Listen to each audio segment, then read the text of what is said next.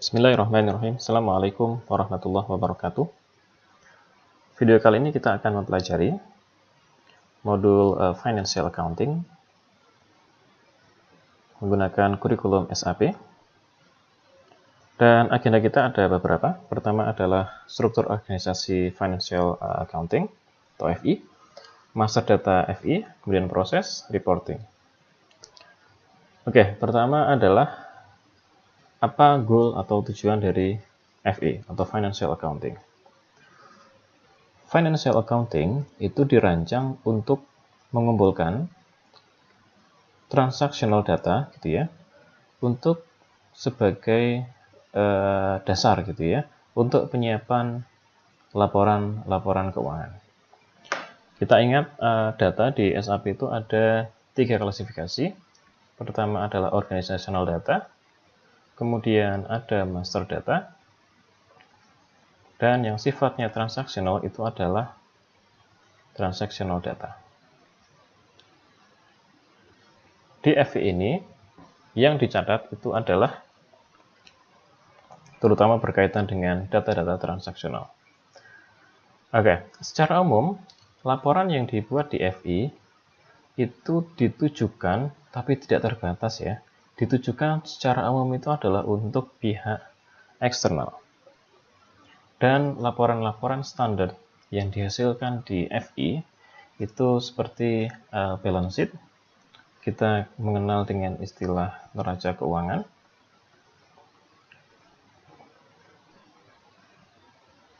kemudian ada income statement atau kita kenalnya dengan laporan laba rugi,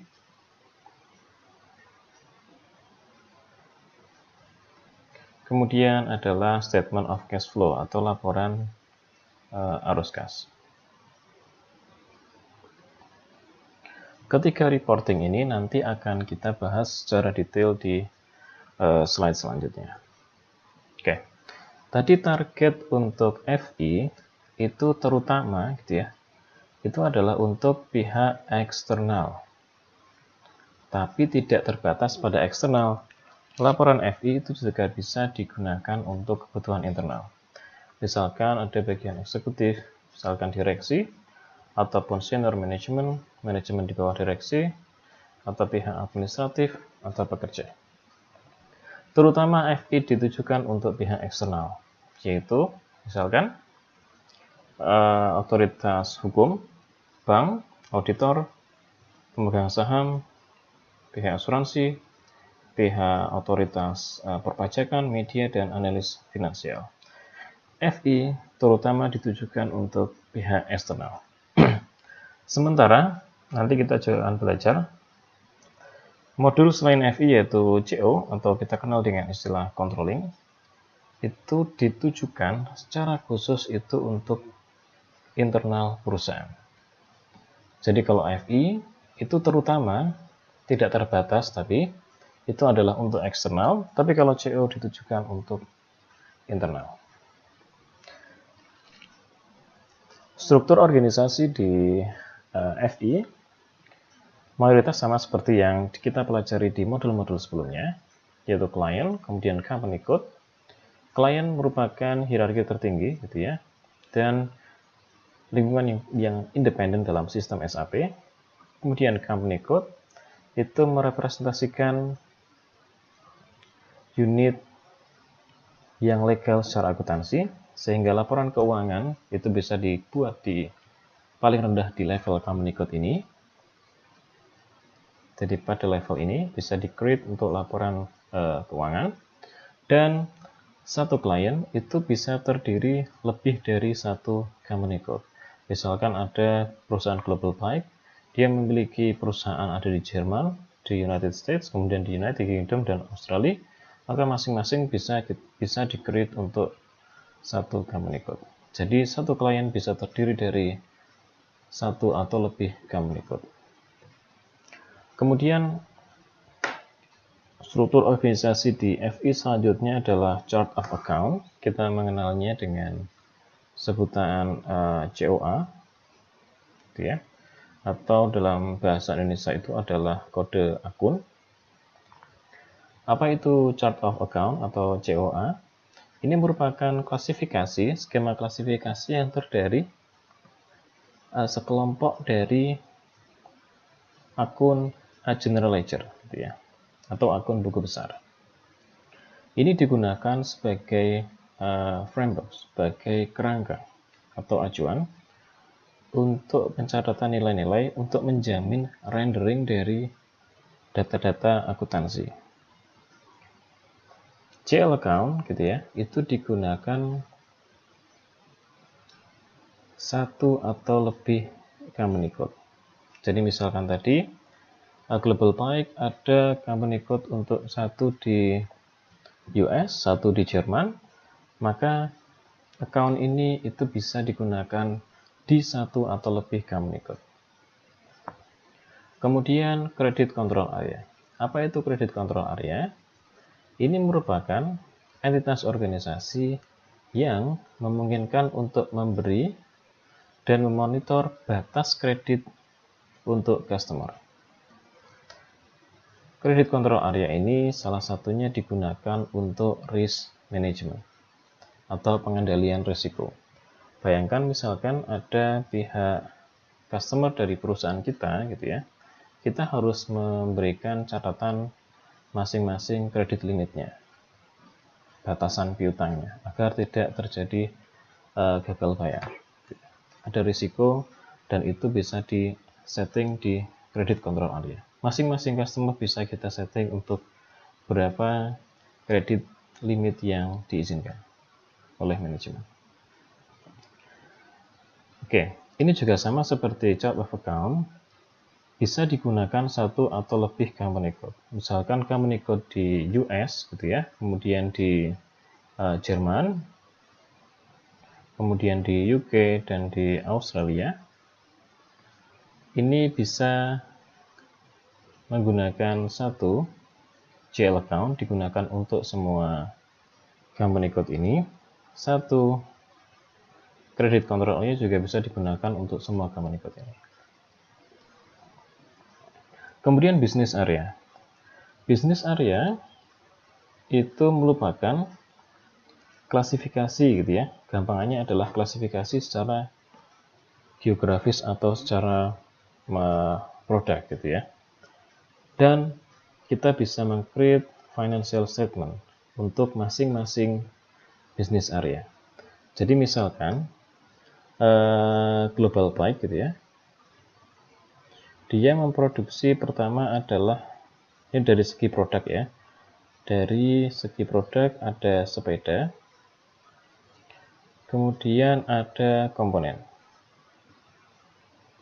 Kita bisa meng-create, kita anggap sepeda sebagai satu bisnis area, komponen sebagai satu bisnis area, dan masing-masing bisnis area ini kita bisa create untuk laporan finansialnya.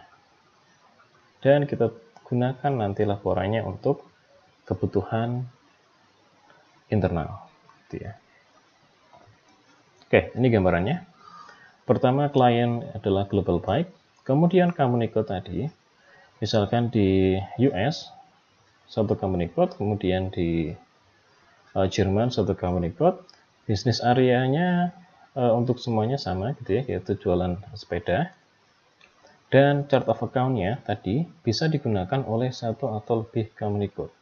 Jadi satu chart of account bisa digunakan untuk company code di US dan company code di Jerman. Dan credit control area juga seperti itu, bisa digunakan di US dan di Jerman. Oke, kedua master data. Master data pertama adalah GL account. Apa itu GL account?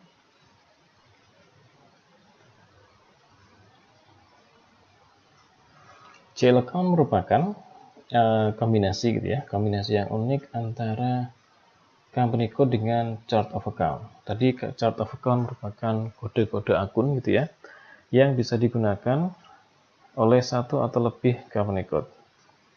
Nanti kombinasi antara keduanya itu akan menghasilkan sebuah data, kumpulan data yang kita kenal dengan istilahnya general ledger, gitu ya. buku besar atau general ledger itu nanti akan memuat daftar transaksi gitu ya, untuk masing-masing chart of account tadi. Dan ini nanti digunakan untuk kata kunci yang penting di sini, penerbitan laporan keuangan akuntansi. Customer dan vendor master data yang kedua. Customer dan vendor account balance gitu ya, itu bisa di-maintain di FI. Kita ingat, customer itu ada di modul SD, vendor ada di modul MM. Tetapi, untuk bagian tertentu, kita bisa memaintain SD ini melalui modul FI. Customer ini bisa kita maintain melalui modul FI, dan vendor juga bisa kita maintain melalui modul FI.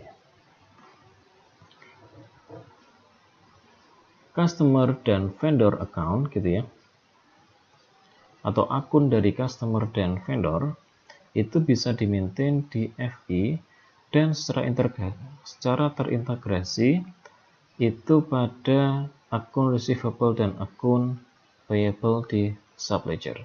Oke, saya akan menjelaskan satu persatu. Pertama, apa itu yang dimaksud dengan akun receivable? Bahasa kita kenal dengan istilah akun piutang. Itu adalah untuk akun receivable. Kemudian untuk akun payable itu kita kenal dengan istilahnya apa? Akun hutang. Akun piutang atau account receivable itu berkaitan pada piutang, apakah vendor atau customer, berkaitan dengan customer. Sedangkan akun hutang itu berkaitan dengan hutang kita yang seharusnya kita bayar ke pihak vendor. Kemudian apa itu yang dimaksud dengan subledger gitu ya. Jadi dalam struktur buku besar gitu ya, buku besar nanti akan ada penguraian. General ledger akan diuraikan dalam dirinci gitu ya pada beberapa subledger. Buku besar atau general ledger gitu ya, itu fokusnya adalah pada, nanti di belakang akan dijelaskan, aset sama dengan liabilitas plus ekuitas. Nanti akun-akun yang ada di sini itu akan dirinci pada subledger ini. Salah satunya adalah akun piutang dan akun hutang. Oke. Nanti kita akan bahas secara khusus integrasi antara SD dengan FI dan MM dengan FI.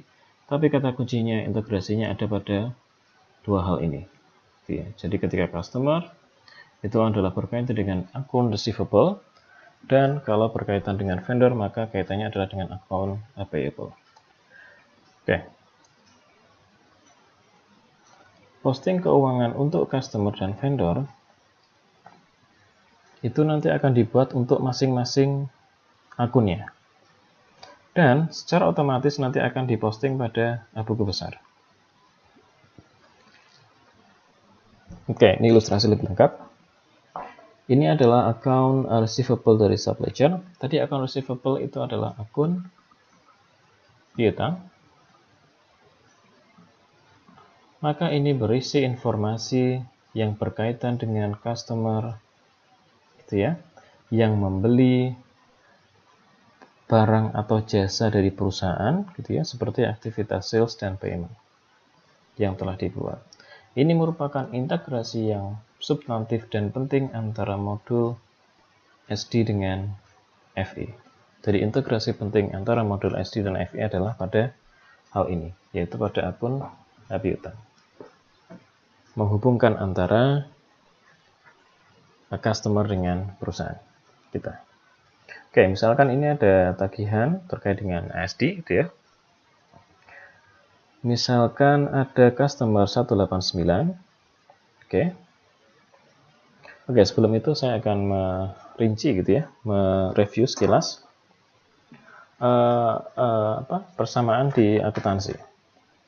Tadi kita mengenal ada istilah aset, kemudian liabilitas, kemudian ada model. Aset, bahasa Inggrisnya aset, liabilitas liability, model equity. Aset atau dalam istilah lain adalah harta gitu ya. Oke, ada peraturan pencatatan untuk debit kredit di buku besar. Pertama, kalau berkaitan dengan aset, di debit gitu ya, itu terjadi penambahan, kredit berarti terjadi pengurangan. Liabilitas atau hutang gitu ya, di debit terjadi ketika terjadi pengurangan, kredit ketika terjadi penambahan. Model juga sama, di debit terjadi pengurangan, dan kredit terjadi ketika adanya penambahan. Oke, berarti di sini salah satu komponen dari aset atau harta itu adalah piutang. Berarti account receivable pada buku besar, tadi account receivable adalah akun piutang.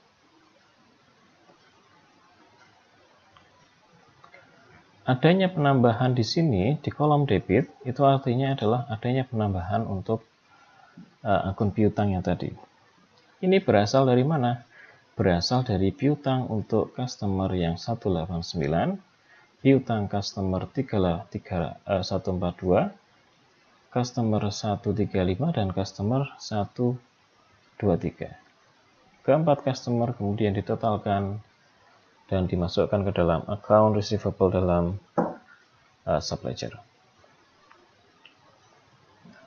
Oke.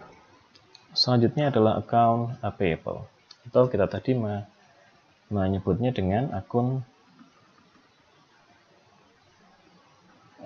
hutang.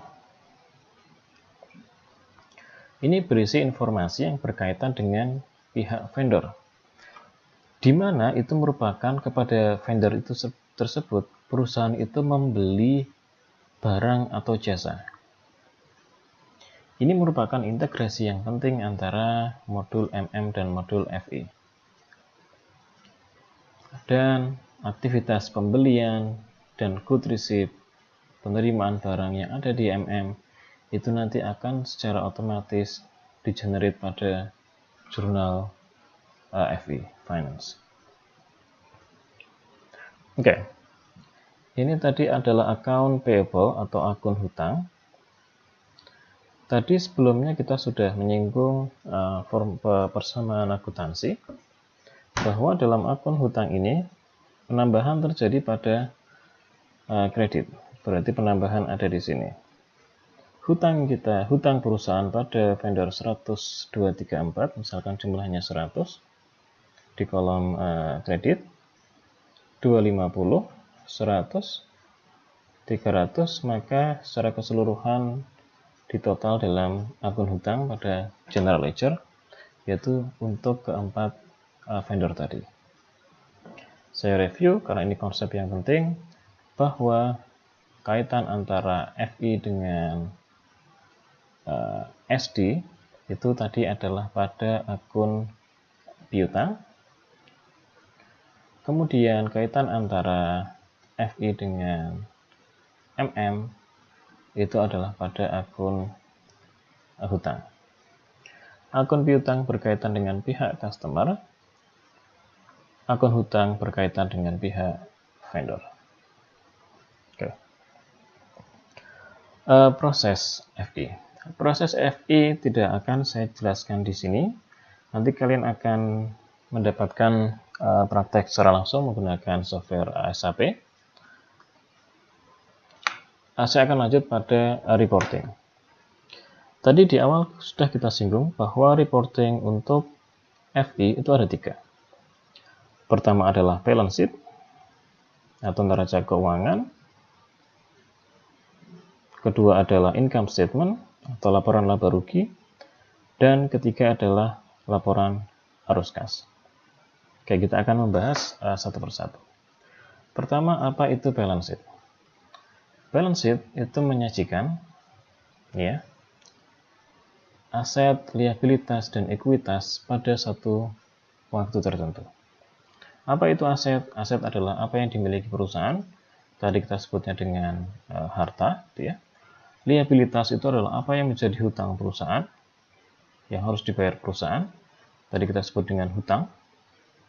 Dan ekuitas itu merupakan perbedaan antara aset dan liabilitas.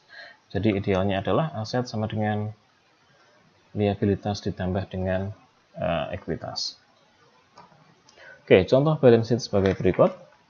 Untuk aset, misalkan komponennya pertama adalah cash, kemudian account receivable, tadi kita istilahkan dengan akun piutang, dan aset berupa peralatan-peralatan. Totalnya adalah 4.500. Kemudian liabilitas, tadi kita singgung dengan istilah account payable tadi adalah yang harus kita bayarkan. Kata kunci tadi yang account receivable adalah yang kita terima, yaitu nanti berbentuk piutang masih. Kemudian yang harus kita bayarkan, yaitu di sini adalah hutang. Dan pajak yang harus kita bayarkan, sehingga ada total liabilitas 2.250. Kemudian ekuitas atau dalam bentuk modal, yaitu misalkan modal dalam bentuk saham, dan perolehan yang diperoleh dari saham, gitu ya, sehingga total ekuitasnya adalah 2.250, sehingga total antara liabilitas dan ekuitas adalah 4.500. Kata kunci dari balance sheet adalah neraca, yaitu adanya keseimbangan antara aset dan liabilitas dan ekuitas. Oke, reporting kedua adalah income statement, atau kita sebut tadi istilahnya adalah laporan laba rugi.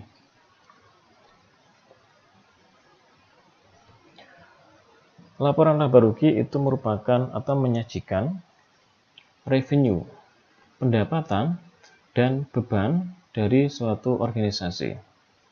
Revenue, pendapatan, dan expense, gitu ya, yaitu beban yang harus dikeluarkan pada periode waktu tertentu. Jadi bisa disetting, bisa dibuat laporan dalam bulanan, dalam triwulanan, atau dalam tahunan. Apa itu revenue? Revenue secara sederhana itu kata kuncinya adalah revenue itu adalah inflow of cash. Jadi aliran kas masuk. Revenue diperoleh dari mana? Diperoleh dari aktivitas penjualan ke customer, atau disposal atau penjualan dari aset-aset perusahaan. Expense atau beban tadi itu merupakan arus kas keluar atau pembuatan atau yang mengarah pada liabilitas, gitu ya, untuk menunjang operasi dari perusahaan. Tadi kita misalkan liabilitas adalah hutang. Jadi ketika kita beli atau perusahaan beli barang dari vendor, maka itu akan muncul dari bebannya.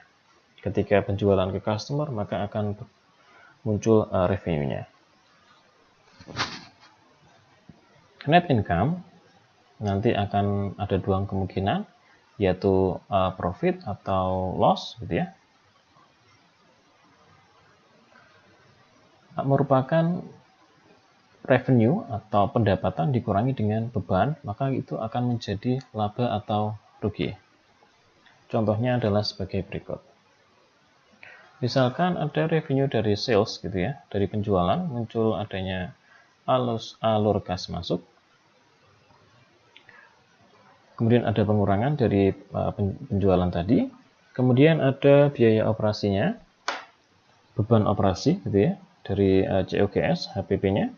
Itu 4.500, dan biaya operasi, beban operasinya itu 3.000 sekian, maka muncul total expense-nya itu bebannya adalah 8.200, sementara tadi revenue-nya 10.200, maka net income-nya sebelum pajaknya adalah 2.000, dipotong pajak menjadi net income-nya adalah 1.250.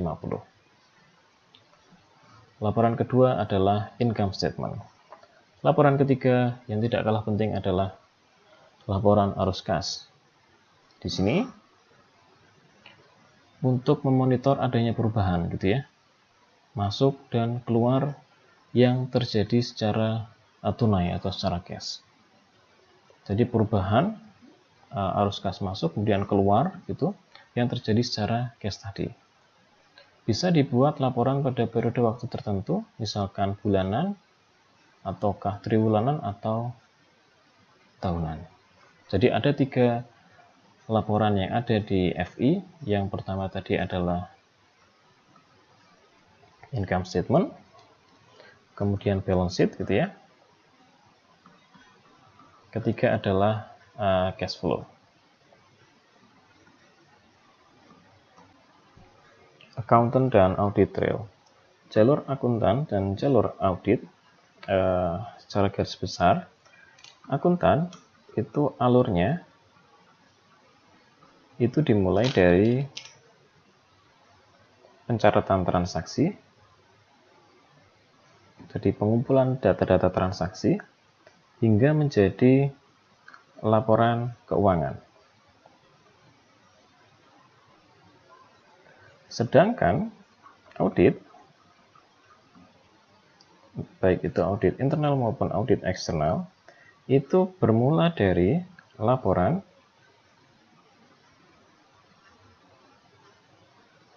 kemudian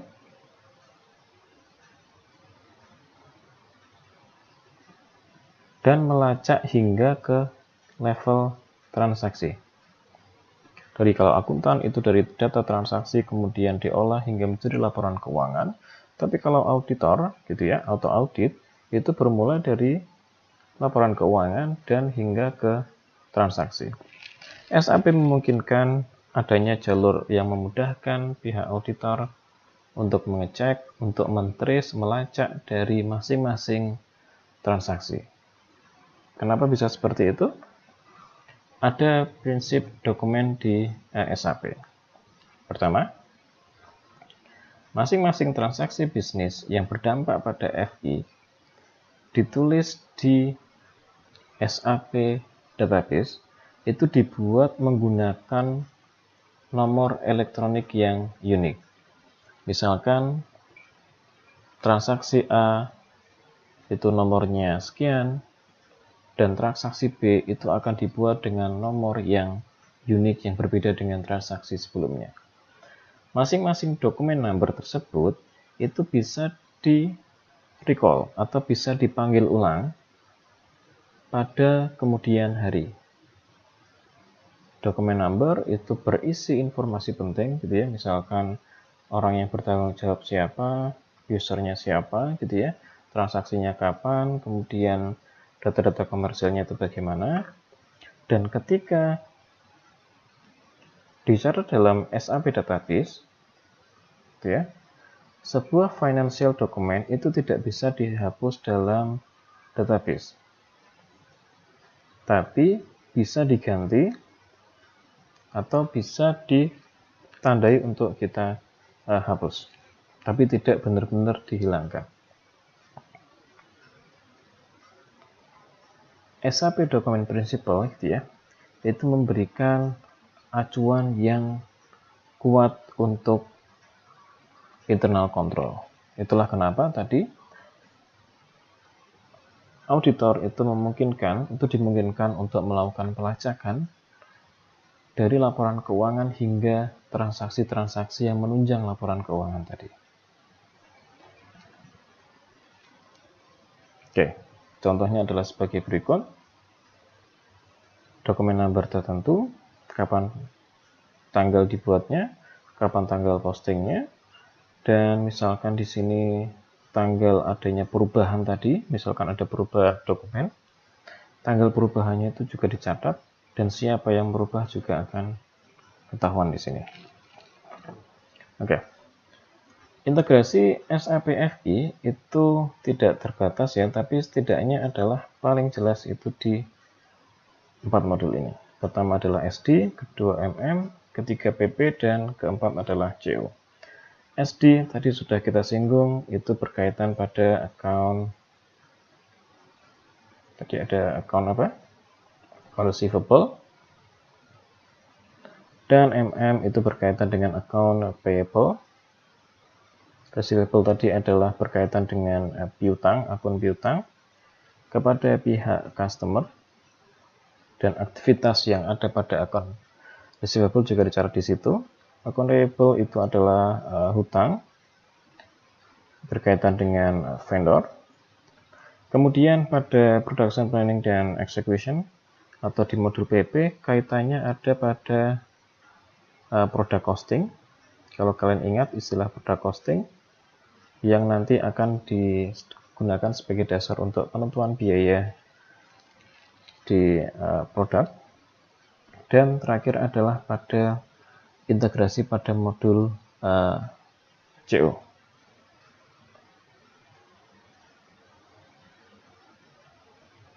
Yaitu digunakan untuk pengendalian internal.